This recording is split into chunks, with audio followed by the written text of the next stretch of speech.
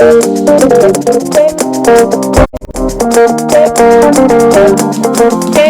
morning, my neighbor. How are you doing? Are you feeling okay?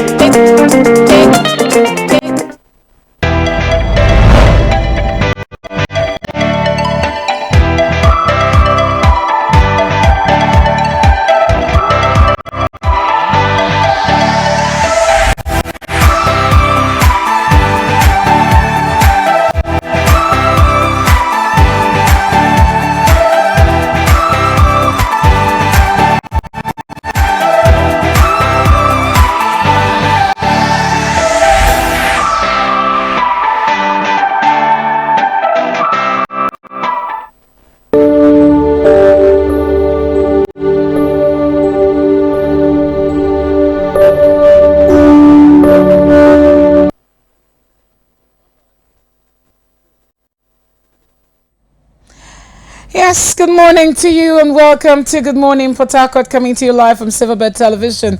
It's a Wednesday morning, and Wednesdays are usually the days that we like to ensure that you're fine, ensure that we educate you on how to make sure that you are healthier and how to make sure that you go about and feel good.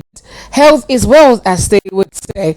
Well, today on the Wednesday edition of Good Morning Port Harcourt, it will be really interesting as we take on take on the health sector and look at, of course, your health and you today on, of course, living healthy. Before we go into that, we will usually take you through the news and let you know what's happening around you and, of course, within Nigeria, River State, and of course nationwide.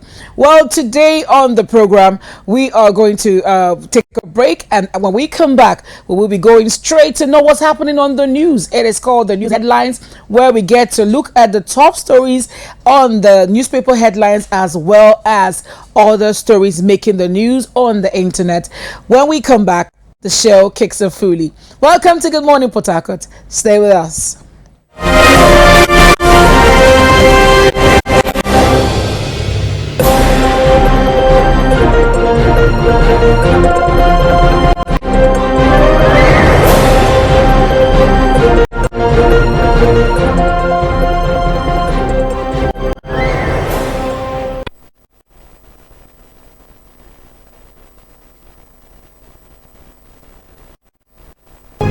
Only one beauty pageant spawned the first Miss World from Black Africa.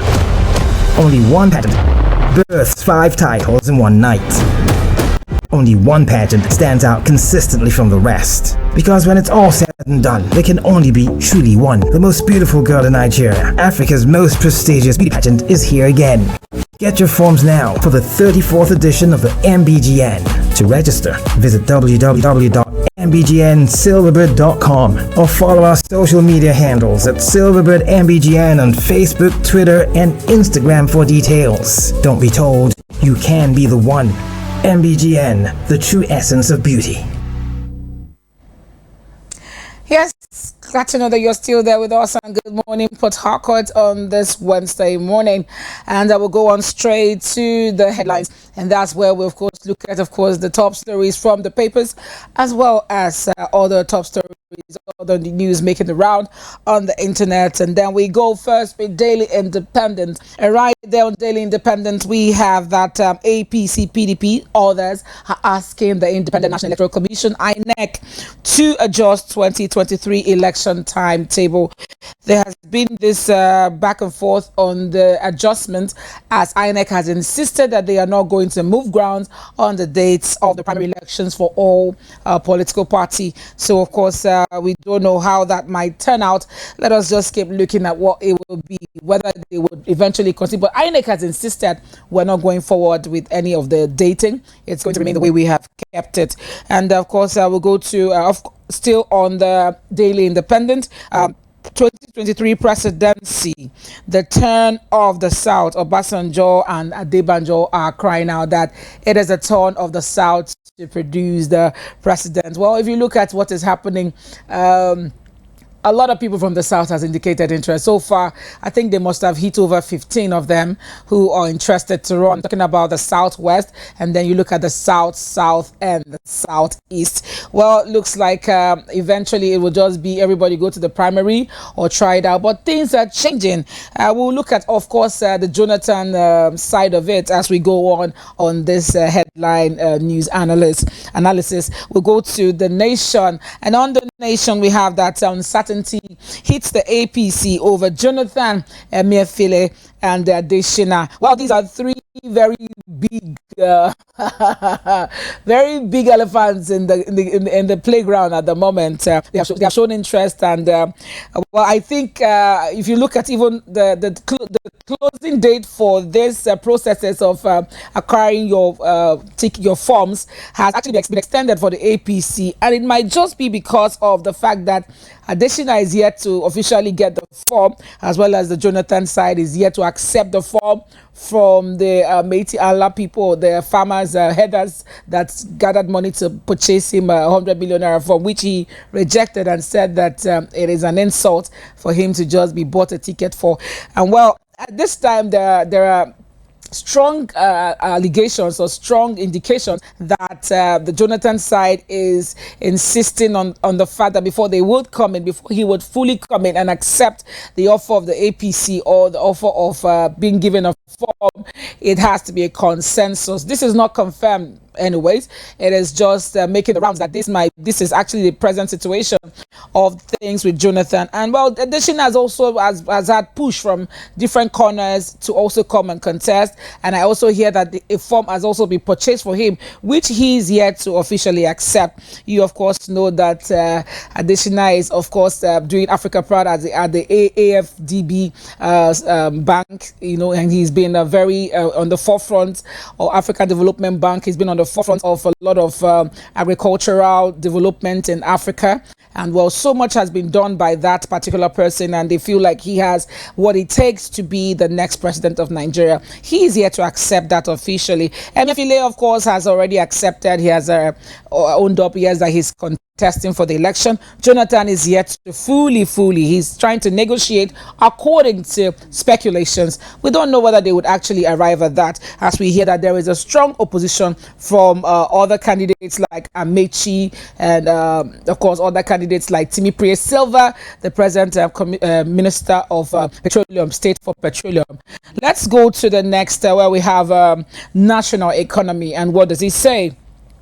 Non-payment of 500 billion transport claims may escalate fuel scarcity. Marketers are saying this, independent marketers of petroleum products. We all know that whenever there is an issue that regards to subsidy, you would definitely see something like marketers start giving whatever price they want to.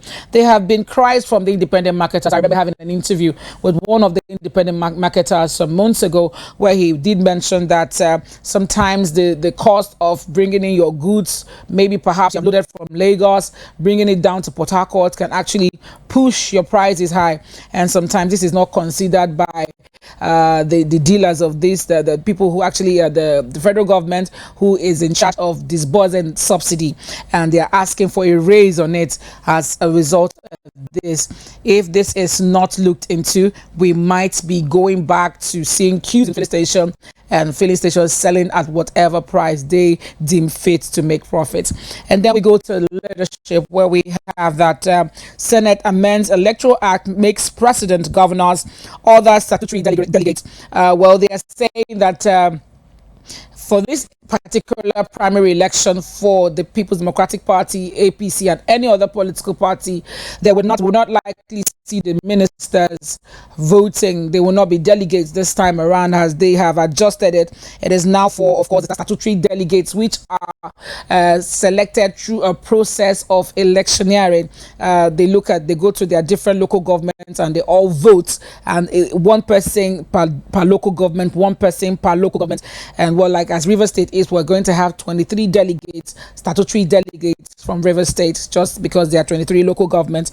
And aside from these delegates that would be chosen by election, the other delegates would be the president, governors, other statutory delegates. They used to have former governors as delegates as well. We don't know whether that is included on this, but that's what you find on the leadership paper. Then we go to Nigerian News Direct, where we have that fuel scarcity looms nationwide as marketers threatening to shut down operations. Just like we just explained to you on the other headline, it is all revolving around the fact that their transportation, the marketers are saying transport is going quite a lot. Transporting our product to our locations is going quite a lot, and they're asking for a 500 million naira increase to what is supposed to be. And then, well, if that is not arrived at, we are going to be perhaps seeing the queues and the scarcity resurface again. And over to the Punch, where we had a Jonathan's Barker's sick consensus. Southern APC aspirants disagree. Well, we talk about the Southern APC. I just gave you a little preamble to that story, where we have, of course, people like we have people like Omahi, we have people like Mechi, we have people like Timipre Silva. These are all big wingers of the APC, and they are saying that they will not agree to any consensus. Remember that Jonathan was like has been on the news up and down. At some point 1 year ago, there was also rumored that he was joining the APC. That never happened. Eventually, just when everybody thought that this was almost like a done deal, we saw people like Jonathan, Emefiele, and Deshina also peeping into the corridor to looking like they want to come in, they want to contest for presidency. Well, we don't know how that will go. I think that is the condition. The people who are backing Jonathan are saying if he's coming in, it has to be a clean slate for him. He wouldn't have to go through the rigorous process of the primary election. And then we go to the Guardian, where we have that PDP may dump zoning as neck meets over Autumn report. You're aware that 2 months ago, the Autumn-led panel did come up with a recommendation saying that zoning should be jettisoned. And well, we don't know whether that is perhaps what the PDP will be adopting as their fears. Every day, of course, there's silence everywhere because they're waiting for this NEC decision. The NEC would give the final decision whether that would be happening likely today. Whether, of course, they are going to be picking the zoning formula, or it will be all go, of course, everybody go to the, of course, the primary election and try out your strength. If that goes to the south, eventually, we are going to have people from the north stepping down. That's what it means. But if the party decides not to do the zoning thing and say everybody go try your luck, then of course we're going to have people like Atiku and other northern candidates like Sareki coming up, of course, to contest for the election. And we'll go to Daily Trust, where we have the campaign governance compete for attention. You all can see that once the campaigning and once the electioneering processes begin, governance suffers great neglect. Brings us to the talk about, of course, the fact that even as we speak, there is a nationwide strike on students. Universities are not going to, they are not presently running, as there's a 12-week extension of the warning strike. ASU, of course, embarked on a warning strike, and after that warning strike, nothing seems to have been done. As a matter of fact, it looked like their matter was not even being attended to at all, and this has resulted to them now embarking on a full-fledged strike. This is, of course, part of what happens when politics takes the front burner and governance takes the back seat. Well, I think this is a concern for the civil society groups. The CSOs are saying this is what we're noticing. Campaigns and other political activities have distracted governance so greatly. And then what do we have next? Okay. So we go on to this Nigeria, where we have, of course, that INEC rejects 18 parties' request to adjust. We already talked about that. It doesn't look like they are shifting ground on that. And Nigerian Tribune, we have the major stories there to be. Senate amends Electoral Act. And and of course we have on the front page there's been a nationwide protest. Students are seen all over in pocket numbers, and they are all protesting the fact that they want to go back to classroom. And they cited, I remember I watched a particular clip where I think we'll be playing that on this new segment. We're going to be playing that for you to see the strike, what is going on in terms of the strike with the students. A lot of them took to the streets. This was not coordinated. This was not by NANS. Students on their own just grouped themselves in different numbers all over Nigeria And yesterday, today, even today, I heard the strikers, the protest is continuing as they are saying. Let's actually get to hear what the students are saying, that we come back to round off the segment of the news headlines. Let's listen to them.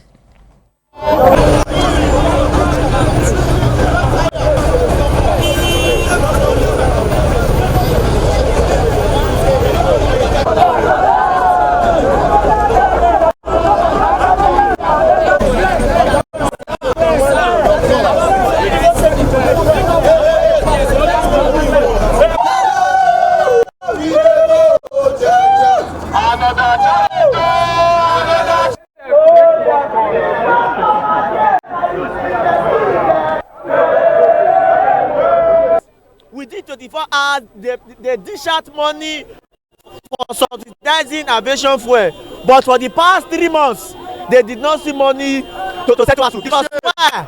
Because why? We, the common man, we are the ones suffering it. You are correct. And the aviation, the flights, they are the ones using it. Enough is enough of the foolishness. We cannot continue like this. We continue to speak our mind till we go back to our classroom. Education is our right, it's not a privilege. We must be educated. Just few days that the local airport went on strike, in less than 24 hours, they brought them back. They brought them back. As at on Thursday of last week, we've been home for 80 days. 80 days. They have been told that they've added 12 weeks more. How will a government prioritize politics, aviation to education? We have also come here as students that knows the importance of media, the importance and the circumstances of media to express our displeasure over the lingering ASUU strike. And you recall that we remain umpire when it comes to reportage. I want to assure you very strongly that the points you have raised this afternoon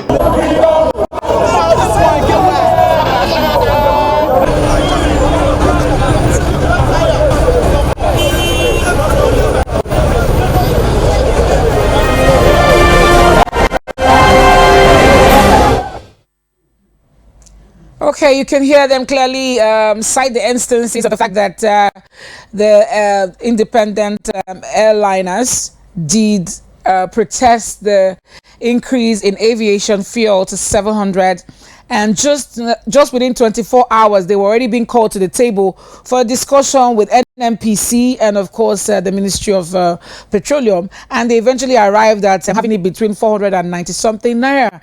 It was a quick intervention, and that is because they are saying it because it affects the cream de la cream. It affects them. They can't move without the airliners operation, and of course the roads are risky. So when it touches them directly, it is usually given faster attention. Is this anyway true?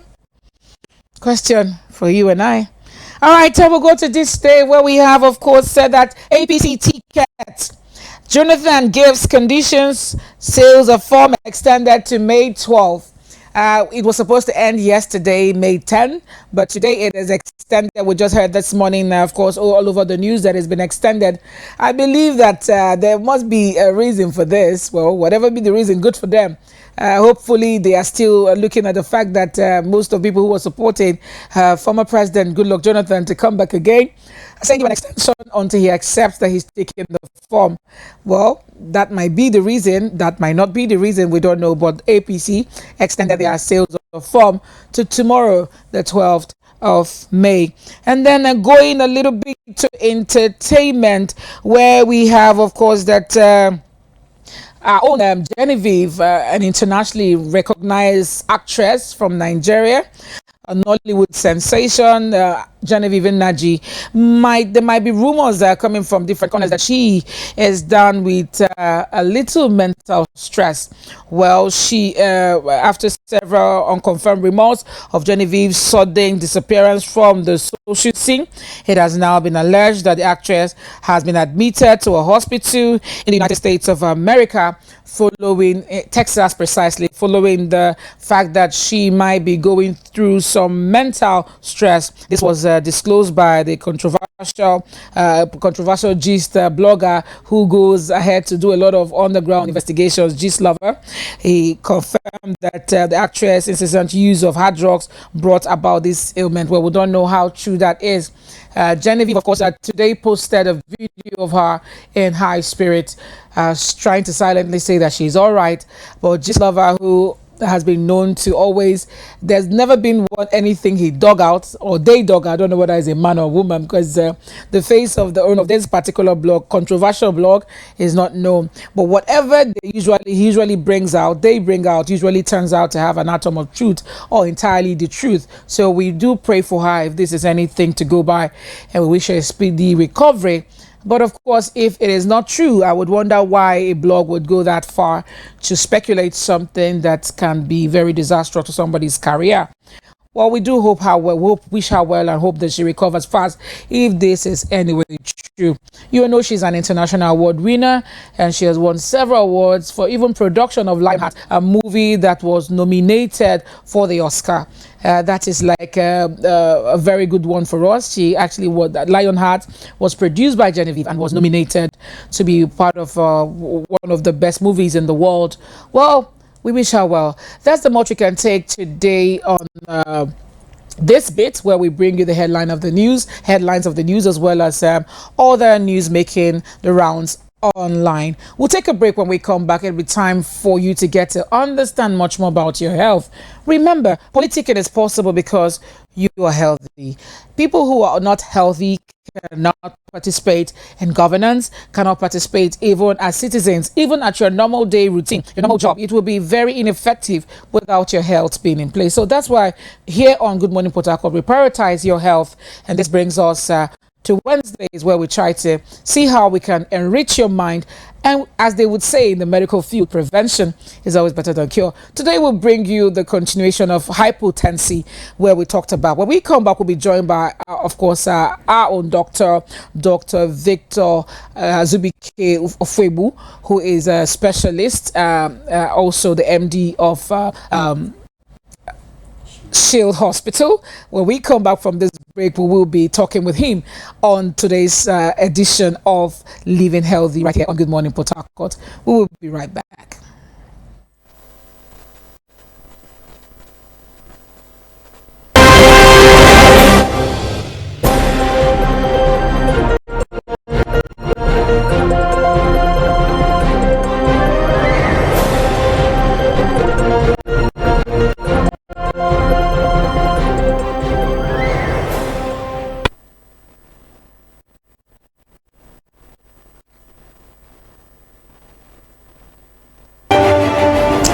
Hello, good morning, welcome to Good Morning Port Harcourt, coming to you live from Silverbird Television right here in Port Harcourt, wherever you're watching us from. We say to you, we're here to make your morning worth it. So we just go on straight to trending gist. And while you all are aware that over the weekend in Plateau State, that state unfortunately has had the worst attacks when it comes to suspected herdsmen killing. And well, this time around, over 70 people were massacred on Sunday. It was a very deadly one, and they left several unascertained number injured. She is here on the grounds of the fact that as we speak, she's alleging that there's a screening going on at the moment in Government House, Port Harcourt, where some aspirants have been exempted from it, and she inclusively is in the list of people who were not allowed access to the screening point, despite the fact that she has everything. There has been zero empowerment on the youth. There has been nothing done on employment or empowerment. It's been more of capital projects. It's been more of a project, infrastructural projects, and that zero effort has been put into manpower development in the state. Do you think that they are making sense?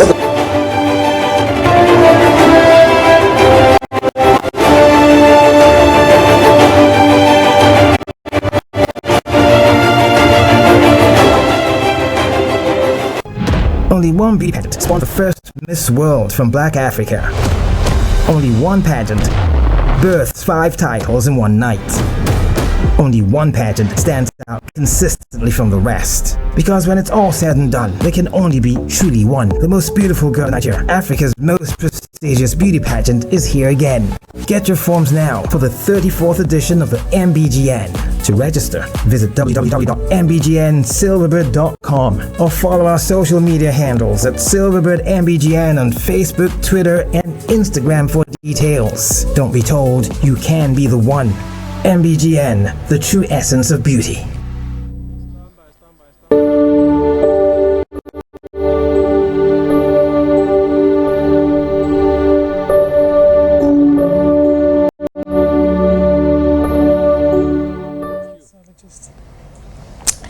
Okay, good morning and welcome back to Good Morning Port Harcourt. We go on straight to our health corner, which is Living Healthy right here on Good Morning Port Harcourt. Good morning, Dr. ZUBY. Good morning. He's known as Dr. Azubike Victor Ofebu. He is an anesthesiologist specialist. And of course, we started a series, we talked about hypotension last week, and it was quite educating. We talked about the fact that there are people who go through this, the fact that you might not know that you have it. We looked at causes, we looked at symptoms, which he also said it's tricky because some people don't even have an idea that they're going through this. It just hits them, you know, and then that's it. And we talked about a little bit of how dangerous it is. Today we go a little bit deeper into the dangers of suffering from hypotension, and we're also going to touch more on how to manage hypotension. We didn't quite exhaust it. A lot of questions came in last week, and today we'll give you a number that you can follow up with questions in case you have other questions, because what we'll do usually when we come on the next week, we'll first be treating some questions that came in before we'll go into the day's topic. That's what will be from next week. So at the end of the show, we'll give you a WhatsApp line that you can get to send your questions to, so that every week we'll treat your questions first before we go into the main topic. But let's go back to hypotension, which is of course low blood pressure. Can you do a recap just for people who are just joining in, a recap of what hypotension is before we go into the other areas that we didn't exhaust last week? Yeah, good morning, ladies and gentlemen. Like I mentioned last week, we discussed, I told us that hypotension, as the name goes, hypo is the opposite of hyper. Hyper is high and low is hypo. So hypotension, tension is pressure. So hypotension, low pressure, and hypertension is high pressure. And I mentioned to us again that the commoner one, that one that's known so much, is about the hypertension. Every time you hear people talk about hypertension, they are hypertensive, their blood pressure is high. You hardly hear people talk about hypotension, because majority of times they don't talk about it, not because they don't want to, just because they don't know about it. And why they don't know about it is because they don't check it. You can only check to know your blood pressure. So it is like checking your blood pressure, you know whether it is high or low. And like we also mentioned last week, in as much as hypertension is not a good one, hypotension has worse consequences, because, as it were, the hypertension, as it's high, you can give medications to bring it down, and it comes down slowly. But hypotension, you likely have no drug to take it up quickly. So you need to be sure you know what your blood pressure is and be able to manage it. People may take medications for over a long time for hypertension, but hypotension is an emergency. You must get to attend to it urgently. Now, I don't have to say all of that without mentioning that there are some people also who have normal blood pressure without it being sinister, but their blood pressure is anyways low. What is this critical blood pressure that we're talking about for hypotension? When your blood pressure is less than 90/60 millimeters of mercury, 90 systolic and 60 diastolic. When your BP is less than this figure I just stated, you are said to be hypotensive. Now, hypotension may not happen suddenly. It comes in slowly, but consistently it keeps going down. So for instance, I give an example. Somebody who has checked his blood pressure last week and it was, let's say, 110/70. That's a normal blood pressure, as it were. Now you check it again in the next 1 week and you notice it is 90/60. Now that is critical. You have to watch it that it doesn't drop less than that. If you check it again in the next time and it is now 80/50, that is very, very low. It's not healthy enough for you to sustain your life at that blood pressure. You need to get to a hospital as soon as possible to get some attention. You don't take it for granted. Now, if you go to the hospital and your blood pressure is told that your BP is less than 90/60, the hospital will take some measures to help you bring it up. They will ask you some questions, like I mentioned last week, things that may have caused it. Have you been losing blood? Have you been taking enough water? Are you resting enough? Do you sleep enough? Do you sleep well? Are you anxious? You have any stress situation around you at that time? Is there something bothering your mind? Are you fatigued? Are you having been ill in the last few days? And all of these questions are pointing to help make a picture of what is causing your blood pressure to be so low. Or if you are taking some medications, maybe you are taking your blood pressure medicines and you have taken excess of it, that your blood pressure is now tilting towards the opposite side of being hypotensive. So when somebody has these situations and you get to the hospital and is identified, most times you'll be heard them tell you you will not be leaving hospital in a hurry. They want to keep you in bed. They want to recline you quickly. They want to make sure that you are getting enough fluid in your systems as soon as possible. Like I said, blood pressure that is high, you get medications to take to bring them down. But when the BP is low, you're not likely going to take a tablet to bring it up. You will have an intervention. You have fluids set up and you need to be on the bed. That is more critical. Don't you think so? Okay. I know we'll be touching management more today, but let's go over to a particular question I asked last week that we didn't exhaust before time was up on the show. Today, let's look straight at that. Now, I did ask you that there are people who are suffering from low blood pressure and they have been scheduled for surgery. And usually during surgery, they are administered anesthesies to induce them, perhaps make them feel numb or make them go to sleep. Is this a danger? Because the person whose diastolic and systolic is already below 90, 60, and you look at the fact that you're going to have to be induced to sleep or to feel numb, is it dangerous? Is it more dangerous? Because we hear of people who were induced and afterwards they never got back the use of their legs as a result of the numbness became infinito. It was not reversible anymore. And there are people who have been induced to sleep and they slept and never woke up again after surgery. Could this be linked to this? Yeah, I think you're quite elaborate in that description. It's like you have an idea of anesthesia practice already. In anesthesia practice, the practice of anesthesia, when you have to have a surgery, by the way, let me mention something about this. You know, many times in our culture, in our environment, people go to hospitals and they will tell them you want to do a surgery and they just take them to theater to operate on them. And you never know whether there's going to be an anesthetist or anesthesiologist in that surgery. It is necessary that you have an anesthesiologist because the question she's asking is actually the domain of the anesthesiologist to take care of it. So if in situations where anybody is going to undergo surgery, every medication that is used for anesthesia, almost all of that causes some heavy level of hypotension. I want to repeat that. Almost all medications that are used for anesthesia at one point or the other will cause an overwhelming hypotension. So it is critical that somebody is there who knows about these drugs and this impact to be able to rectify it in quick time.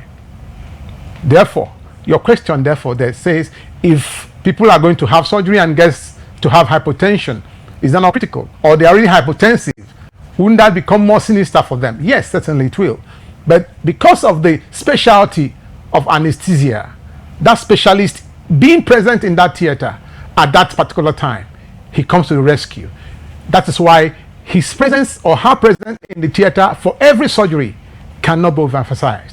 You must have an anesthesiologist present in the theater to monitor that patient, monitor the blood pressure, the vital signs, to be sure that it is doing well. And once there is any derangement, it is optimized. It is made to come back to its normal state so that there is no untoward consequences. So in other words, you're saying to anyone who has noticed that they suffer from low blood pressure, which is hypotension, if they are built for surgery, they should ask their physician or the hospital that is going to be having them on their surgery table if there is an anesthesiologist around, because it is quite a danger zone for someone who has low blood pressure to be sedated. We have a caller. Let's take this call. Hello, good morning. Good morning. Yes, welcome. Good morning. Solomon, calling from Abloma. Okay, go on, please. This is a good thing people are talking about. My dad has a similar case like this, but his own is seeking ulcer, stomach ulcer, high blood pressure, and when the high blood pressure of the thing comes up, it gives his tongue will start swollen until you go to look for medication. So what I want to ask, don't they have permanent cure for this thing? Because this thing is really giving us headache. All right, thank you for your question, Mr. Solomon. The challenge you presented, your dad is hypertensive, and then he also has peptic ulcer disease. Incidentally, we are not looking at peptic ulcer disease today. One of these days we'll talk about it.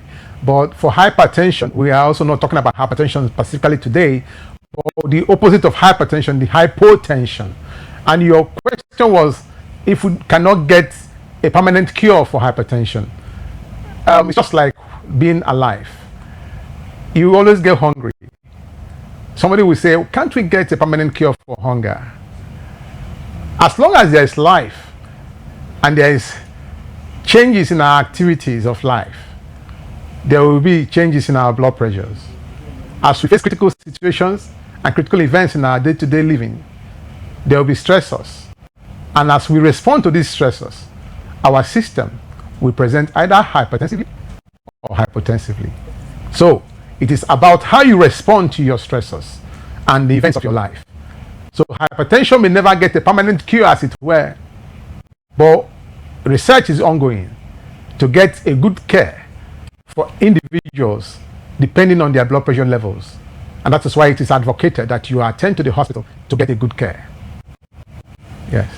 Okay, let us go back to what I was trying to find out. I asked if the person who is hypotensive should insist that any hospital that he or she is about to be operated on their table must have an anesthesiologist present in order to play safe. You don't need to be hypotensive to insist on that.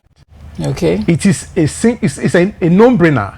If you are going to be undergoing a surgical operation, the least you should ask is, who will be my anesthesiologist? Ideally, your anesthetist should see you before the surgery, review you and ask some questions to know and get you to be familiar with him, so that you will know that this is who's going to take care of my life while I'm under the anesthesia. The majority of people that go through surgery, the fear they have is not actually the surgery. It's the anesthesia they have fear for. The phobia, whether I'm going to wake up or I'm going to get paralyzed or not.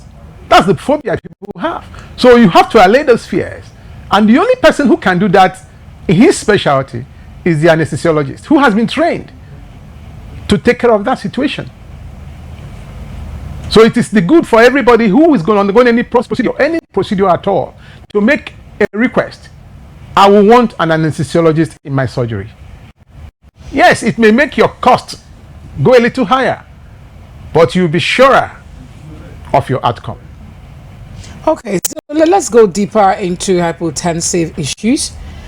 I have a friend who suffers from hypotension, and you know, you did advise for taking a walk, exercising, you know, but in her case, just as when someone is hypertensive, and if they are too worried or they engage in over exercise, there are people who, for hypertension, there are people who, I understand, there are people who even love making, can walk can help them reduce their blood pressure. Yeah. And why there are people who love making helps to increase their blood pressure. Okay. And there are also people who exercise helps to reduce their hypertension and also works in the reverse of increasing their hypertension. Is this the same case for hypotension? Because a friend of mine, if she involves in too much running around, her BP goes lower. Okay. In her own case. Yes. So you hear them telling her you are overstressing yourself. You don't have this energy to do all these things you used to do before. You need to take it easy on yourself. So tell us about managing hypotension in terms of dealing with stress and others. What is the repercussion? It is important everyone knows his numbers. Know your blood pressure. Don't wait until you have a critical event to check out your blood pressure. I will say it, if you can get the sphygmomanometer at home, is a good equipment to have in the house to check it from time to time. Please, can you explain to them what that... Okay, the BP apparatus, the equipment that we use to check the blood pressure, the one you have wrapped around your arm and inflated from time and then deflated over time. I think they should get the picture so that as you're explaining it, they will be able to. This one is the professional one they have in hospitals. Okay. There's another smaller one you can get. Go on, sir. Yes. So the sphygmomanometer is the BP apparatus, the equipment that checks the blood pressures. Now, I advocate that at least in every home there should be one BP apparatus to be able to check the adults in that home from time to time. The problem I notice is that majority of people now become emboldened. They become so engrossed in checking BP. They check BPs every 3, 5, 6 seconds. They are checking BP every morning, every afternoon, every night. Now that makes you more like dependent. Works against your health. It becomes a difficulty for you to now live your life normally. So instead of you doing that on by the clock, just do it maybe once or twice in a week. If it is high, get to the hospital. If it is lower than like I said, 90/60, get to the hospital. Let a healthcare practitioner supervise your blood pressure. Don't take the initiative and sustain it by yourself. Once your BP is checked by yourself at home and you notice it is either out of the range, 120/80, or less than 90/60, please don't subject yourself to the trauma of beginning to be a doctor for yourself. Get a doctor to attend to you. Go to the hospital, they will take it up from there. I will not advocate for anybody to begin to manage their BPs themselves because it is not your place to do that. Now, going to your question. The lady who happens to have hypotension whenever she's stressed out. Now, that's very, very, very uninteresting because we talk about stress being a cause of hypertension. We also know that stress can also cause hypotension.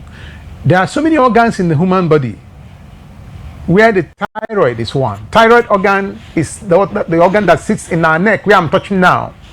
Our thyroid functions to help regulate many of the hormones in our system. And so many of us, by virtue of one stressor or the other, will stimulate the thyroid gland. And the stimulus that you have sent out may just cause a reverse response, which will become hypotension instead of hypertension for you. So it is not, I'm not going to sit here and give you a one answer fits all situation. But if you know your BP is always going down when you are stressed, please get to the hospital to check out some other systems that may be deranged. Something else is happening to you that needs to be checked out. It's not just normal that you are stressed out and your blood pressure goes down. It may go down to the point where it becomes difficult to reverse. At such a time, it's not the time to go to the hospital because then you won't go by yourself. You may actually be going in an ambulance. That's not healthy enough. So hypertension is much more critical because, like I told you also before, if it goes down too low, you may need to get help, and that help fast. That help needs to come fast. Now, if you have hypertension and you're taking medications, please, it is necessary you check your blood pressure more regularly to be sure that it is not tilting into hypotension. so that you do not become a critical event. If your blood pressure medicines are too numerous, you need to check out with the hospital for a specialist to see you and regulate your drugs to 1 or 2 that will be able to do that. Okay, we have a caller. Let's take this call, please. Go on. Good morning. Your name, where you're calling from, and then your question. Hello. Hello. Hello. Yeah. Yes. Good afternoon. Sorry, I'm calling from Waterlines to be precise. It's still morning, though. Good morning to you. Tell us your question. Good morning. Good morning. Sorry, I want to know the signs and symptoms of hypotension. Signs and symptoms. I know we've dealt on that before, but he just wants a recap. Just a quick one. A little recap. It's okay. Thank you. Yes. The symptoms of hypotension are not so far from those of hypertension. We mentioned that hypertension doesn't have symptoms. I want to say that again. Hypertension on its own doesn't have symptoms. The same thing, hypotension wouldn't come with symptoms. When you notice anything that is symptomatic, it may have gone far lower than it should be. So I will enumerate this. When you wake up in the morning, you get up from bed and you feel dizzy. You get up from a reclining position, maybe you are sitting down and then you stand. Suddenly you feel dizzy, you feel lightheaded, you feel like you're woozy, you're not seeing clearly. That may be a symptom of hypotension. Normally that can happen to people, especially when you have been reclining for too long. Maybe you have been sick for a while, you've been lying down for maybe 2 days on end, and then you suddenly get up to go ease yourself or something. Now you may have that sudden change in posture causing a hypotensive situation. That is expected to happen, but it is still hypotension anyway. What do you do in such a situation? Once you notice that you have changed position or changed posture and your blood pressure dropped by showing you a dizzy spell, you felt lightheaded, your head turned, and you couldn't maintain your posture, go back to a reclining posture immediately. And if that saves that situation, that is good. Stay like that for a while until you are well acclimatized before you get up slowly. Don't get up in a hurry. So for people who have that symptom or situation, don't get up in a hurry all the time. When you want to get up, instead of getting up from sleeping, you get to sit first. Sit up first. Sit up for about 2 seconds to 3 seconds before you now stand to walk away. Don't get up from a lying position straight up and you walk away. No. We advise that you should get up slowly, sit upright, and maintain that upright position for about 3 seconds. Then you can now take a walk. That helps you to overcome that. The other one I talked about, lightheadedness. That's one of the symptoms. Then palpitation. You may feel your heart beating inside of your chest. That is also to tell you that your heart is working hard to overcome the blood pressure that is so low. That can also happen in hypertension. You may also feel that you are not able to breathe well. You're becoming breathless. Just like you feel when you run on a very fast lane. You just finished a 100-meter race, you will pant. Your heart will beat. But when you are doing and noticing this without you doing that. Doc, you just need to hold on a bit. Let's take another call. I think what we'll do, we'll take all the calls, then we answer all. So there will not be interruptions like this. Hello, good morning. Hello? Hello? Okay, 0817-962-4696 is the number you get to call to be a part of it. And we were answering a caller's question.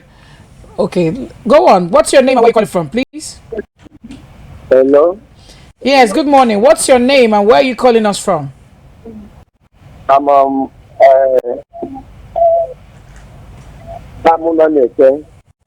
Okay. Go on, please. I'm calling from Champion. All right. Tell us. What is your question?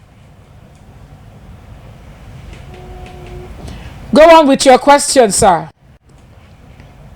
Hello? Mr. Tamono Miete, are you still there? Okay, I think we lost that call. Okay, 0817-962-4696. We have just about 9 more minutes to take your calls. All right. Hello, good morning. Hello, good morning. Can you turn low the volume of your television? Yeah, my name is Kabir. We can't take your call because there is a holdback. We're hearing ourselves on the other end. Can you turn low the volume of your television? Can you put up the volume of your TV? Hello? Hello. Yeah, we can hear you now. Good morning and welcome. Your name, where you're calling from, and then your question. My name is Kabiru. Okay. My question, in which age person go there so they see the hypertension symptom? Okay. What age will you be to notice or to suspect you have hypotension? We talk about these situations from the adult age group. Once you are from 18. Now, it does not mean that children or teenagers may not be hypertensive or hypotensive.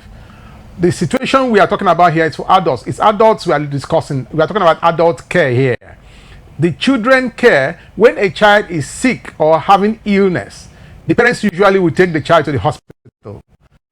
That situation, the child may not have even the ability to say, this is what my complaints are. So it is the adult that will recognize I have a situation in my body and this is what I'm feeling and this is what I'm not feeling.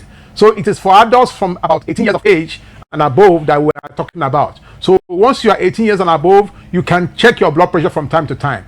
We don't check blood pressure for children, not because they don't have blood pressure, but because most of their problems are not blood pressure related. But when they have symptoms that have inclinations towards blood pressure monitoring, they get blood pressure checked when they come to the hospital.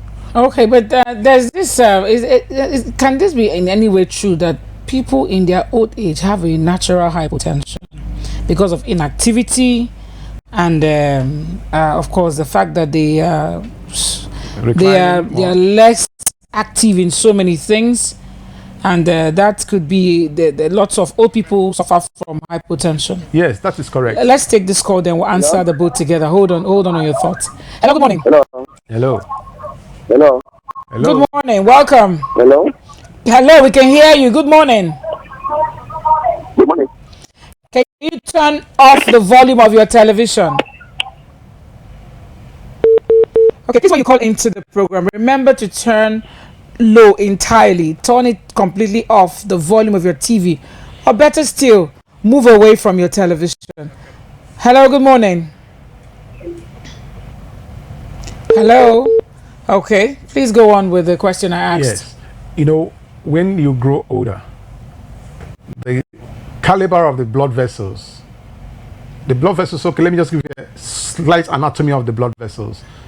Like you have a pipe, a water pipe. Let me demonstrate with my fingers. The thickness of the water pipe is not only... You might need to take it up a little bit so that they can see. The thickness of the water pipe is not only in the internal part of it. There is the wall of the pipe and there is the outer covering of the pipe. That happens also with the blood vessels. Let me use the artery for instance. There's the inner wall. Let's take this call, please. Hello, good morning. Hello? Good morning. Hello? Good morning and welcome. Your name, where you're calling from, and your question. Okay, my name is Gabriel. I want to ask this question. Is there any remedy for this low blood pressure? That is like first aid. If you notice it, is there any remedy for it? Yes. The remedy is, like we mentioned, the causes. When you are not taking enough water, when you are dehydrated, when you have lost so much fluid, like in diarrhea or blood loss, maybe a woman having her normal menses, but it becomes too prolonged and in quantity is much more than usual, that kind of person will have a situation like hypotension. If somebody who has gone frequently to toilet or urinating frequently, you will have lost so much fluid. So what do? Replace as much as you are losing. Don't wait until you become hypotensive before you replace it. If you remember, the treatment for diarrhea situations usually is fluid. So taking back the fluid that you've lost. If you're urinating frequently, more than 4 to 5 times over the night, you need to take more fluid back in. And if you are taking hypertension, there's this thing also about putting in some sugar in your system. They will say, can we have, if you feel weak, if you do a little bit of Coke, or I beg your pardon, if you do a little bit of soft drink, you feel, you take any soft drink that has sugar in it, you feel revived. Can this be linked to hypotension and the fact that sugar helps? It's not in some sugar sort of way? by itself. It's the electrolytes, we call the salt, sodium chloride, in the midst of the water. If you add water and salt, if you add a little sugar to it, it helps to become the blend that you talk about, the oral rehydration solution. Sugar and salt solution I will use to give to our kids when they pass out water by stool frequently. You know, there's a sachet that also have that. So if you have it at home and you notice your blood pressure is low, that you have checked your blood pressure and it's less than 90/60, yes, it's advocated you can get a sachet of the salt and solution and take that up. But please don't stop there. Get to the hospital for you to be checked out, for the cost, the real cost of that hypotension to be identified, and then attention given to you properly. Okay, well, just before we round off, just before we're rounding off at this point, I wanted to ask, is there some sort of lifestyle help if someone is hypotensive or hypertensive? Can your lifestyle help you survive it or manage it? Because you talk about hospital. Doc, the economy is stiff. Not everybody can go to the hospital every day. So if you say you're going through hypotension, you go to hospital. Anytime you get that you're feeling, you go, yeah, it's more interesting to say it in the mouth. You know, but people cannot go to hospital like you are saying it on a daily basis, especially in this economy of ours. It's okay to visit the hospital once in a while to be managed by a doctor. But in a case where you are hypotensive, is there any lifestyle management or something you can do as a person to ensure that you stay at least normal as someone suffering from hypotension? Very, very interesting. Actually, that is the main focus of this discussion. How do we prevent, and if we do, maintain not being hypotensive? And that is by you recognizing what I'm going to say now. Optimizing your lifestyle. Instead of you smoking, drinking alcohol all the time, cut off on those. Replace alcohol, even the soft drink you mentioned. That also dehydrate you because it will make you urinate much more and you will lose fluid by that. So really? Take water. Water is a better therapy than any other drink, as it were. People who take a lot of coffee also go to urinate much more. So if you, I advocate here that you don't take so much coffee if you know your blood pressure is on the low side, or even tea, because they have their active ingredients. The caffeine, the taurine, they all make you go to urinate as frequently as you can. And when you urinate, what you are passing out is water. Green tea? Green tea also has that, yes. Okay. So if you are hypertensive, you notice your blood pressure is low, you be very careful how you take any substance that makes you to urinate much more frequently. Then make sure you have water therapy. Get water always with you. Everywhere you go, take at least 3 liters of water every day between 24 hours period. Ensure you have taken 3 liters of water every day. Then rest enough. Sleep at least 7 hours of sleep to recover every stress that you may have encountered in the day before. Then reduce the stressors. You must not make all the monies in life in one day. Give it a milestone thing. Give it a milestone to achieve your goals. Don't stress yourself to achieve all your goals in 1 week or 1 year. Take them in style and in stride. Then have a social group, family, or a group of people that helps you to accommodate and sustain you, like a church. Like a happiness sort of, something that revives your joy. A group of people that makes you happy. Freely. You can talk to easily. It could be your family, but ensure that you have a family support system. All right, Doc, that's much we can take. But just before we go, you can actually get to send in your health-related questions to a WhatsApp that was created solely for this particular health program, because we noticed that people will try to ask questions after the program, and the following week we'll actually treat the questions before we go into the topic. This is Dr. Zuby's WhatsApp number if you want to ask questions related to this topic today. It is 0905 894 0060. I'll take the numbers. This is purely for WhatsApp questions, health related.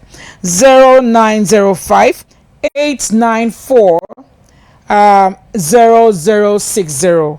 Last time, 0905 894 0060. And then of course you can also get to reach to ask questions on Instagram at Dr. Zuby Ofebu.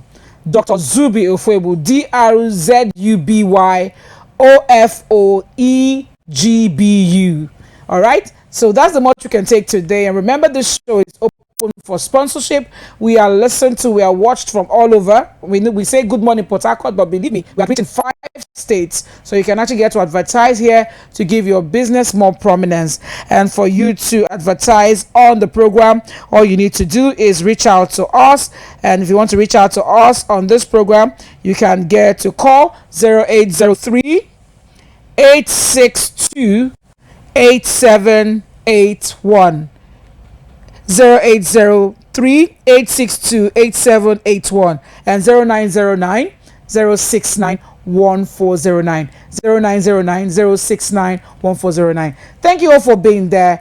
And I say to you, see you tomorrow when we talk about something really interesting again and make your morning as we usually do on Good Morning Port Harcourt. Thank you for being there. Thank you, Doctor, for coming by. Thank you very much. All right, have a beautiful day.